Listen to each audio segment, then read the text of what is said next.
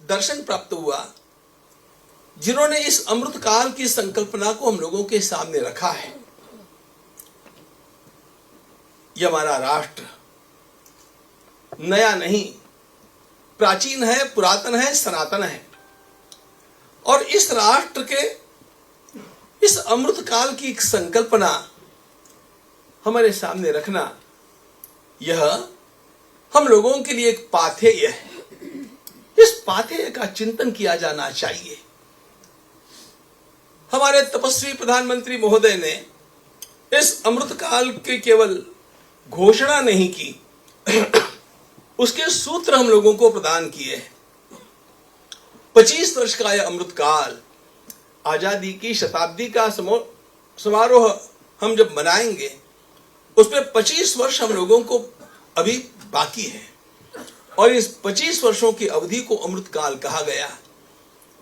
अमृत पीकर के मनुष्य पुनर्संजीवित होता है, पुनर्जीवित हो जाता है।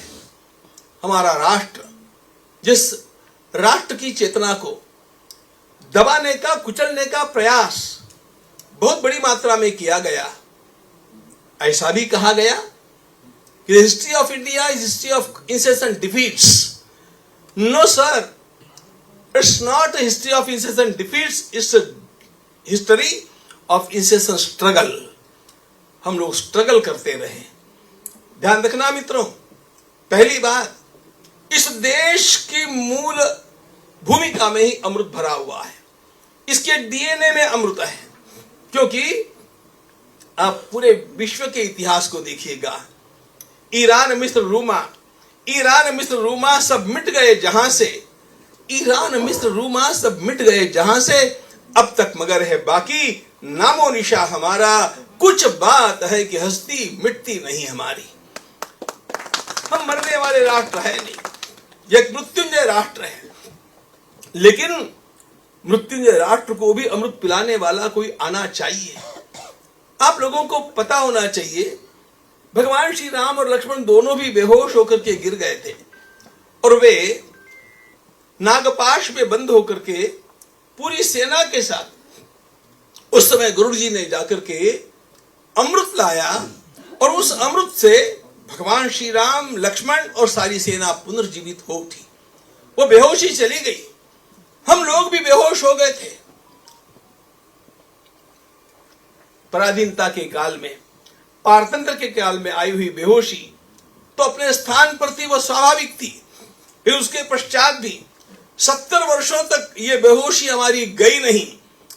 जितनी बेहोशी पहले थी, उससे भी अधिक बेहोश शायद कर डालने का प्रयास इन 70 वर्षों में हुआ।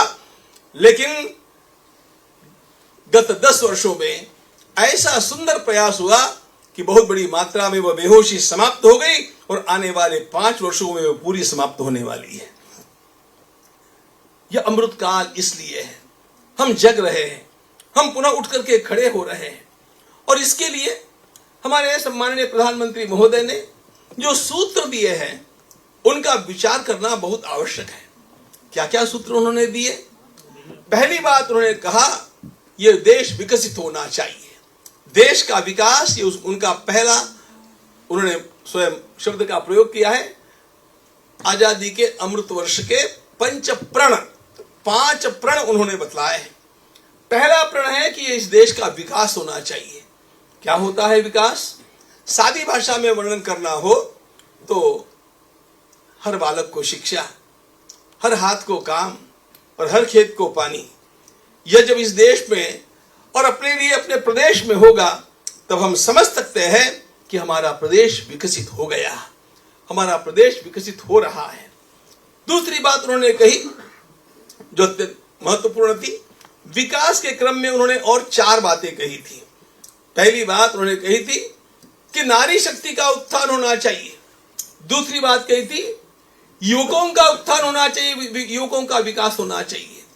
तीसरी बात उन्होंने कही थी किसानों का उत्थान होना चाहिए, इस देश का किसान समृद्ध हो जाना चाहिए।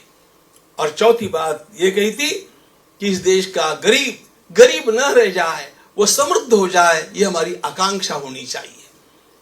पहले सूत्र का, भारत का विकसित भारत का जो दर्शन उन्होंने दिया, उसमें उन्होंने ये 4 बातें कही, जिसको मैंने हर बालक को शिक्षा, हर खेत में पानी और हर हाथ को काम, इस रूप से समायोजित किया। दूसरी बात उन्होंने ये कही थी कि हमारे देश के भीतर गुलामी के जितने भी चिन्ह हैं, उन चिन्हों को मिटाया जाना चाहिए। यह उनकी बात है, उनका सूत्र है। तीसरी बात उन्होंने कही, हमारी विरासत के बारे में हम लोगों को गर्व अनुभव होना चाहिए। We are just not a nation. We are not a simple nation. We are the highest nation in the world. सारा संसार भारत की ओर देखता रहा और इस दृष्टि से देखता रहा कि भारत में समृद्धि है, भारत में ज्ञान है, भारत में प्रकाश है। और इसीलिए तो जितने आक्रमण इस देश के ऊपर हुए, उतने आक्रमण और कहीं पर भी नहीं हुए। प्रधानमंत्री जी ने और एक सूत्र हम लोगों को दिया। उन्होंने कहा कि जैसे हम लोगों को अपनी विरासत का गर्व होना चाहिए, उसी प्रकार वर्तमान में हम लोगों को इस प्रकार का व्यवहार करना चाहिए कि हमारा देश एकात्म रहे, एकजुट, समरसता, यह उनकी अत्यंत बड़ी आकांक्षा है। और यह सब पूरा करना हम लोगों के हाथ में है। मित्रों,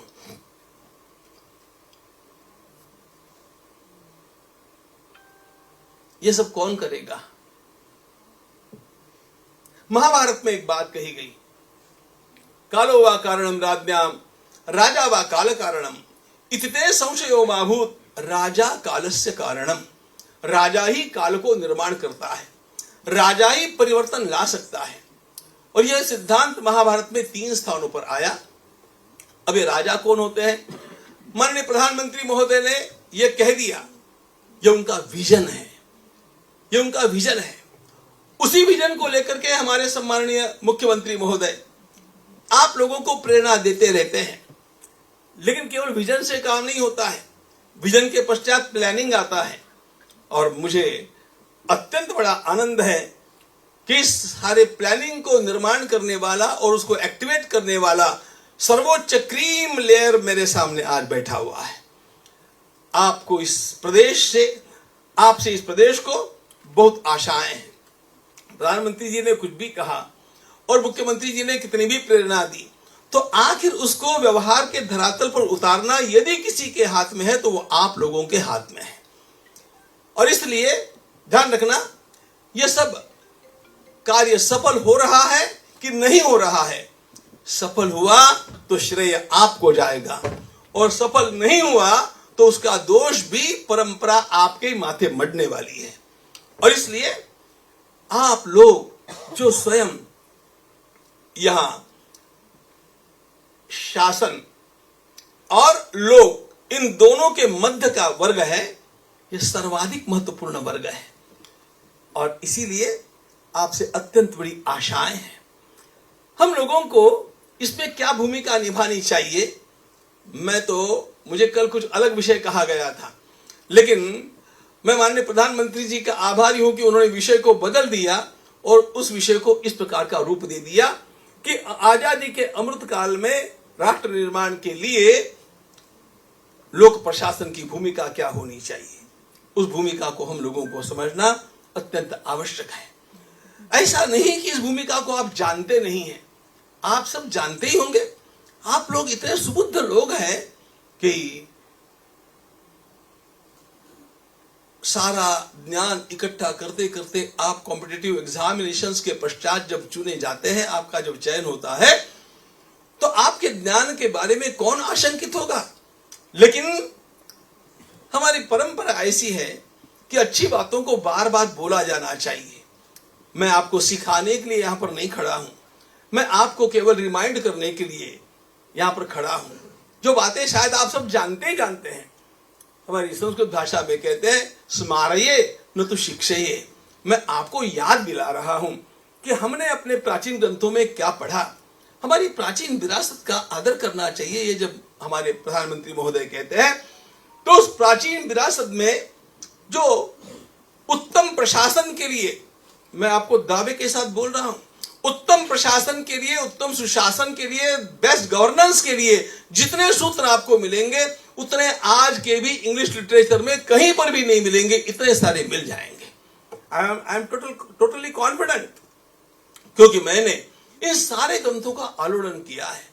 अरे एक चाणक्य को पढ़ने वाला, एक महाभारत को पढ़ने वाला, एक बृहस्पति को पढ़ने वाला, एक रामकथा को पढ़ने वाला इन सारी बातों से अवगत हो जाता है, लेकिन उन सारी बातों को बाहर निकाल करके कैसे रखा जाए, ये भी अपने आप में एक कला है। तो इसलिए ये जो सूत्र है, इन सूत्रों को हम जानें, और इन सूत्रों को जानते समय सबसे पहली बात हम लोगों को ये ध्यान में लेनी चाहिए कि ये मेरा प्रदेश है, ये मेरा प्रदेश है। इस प्रदेश के साथ आत्मीयता का भाव मेरे अंतःकरण में निरंतर जागृत होना चाहिए।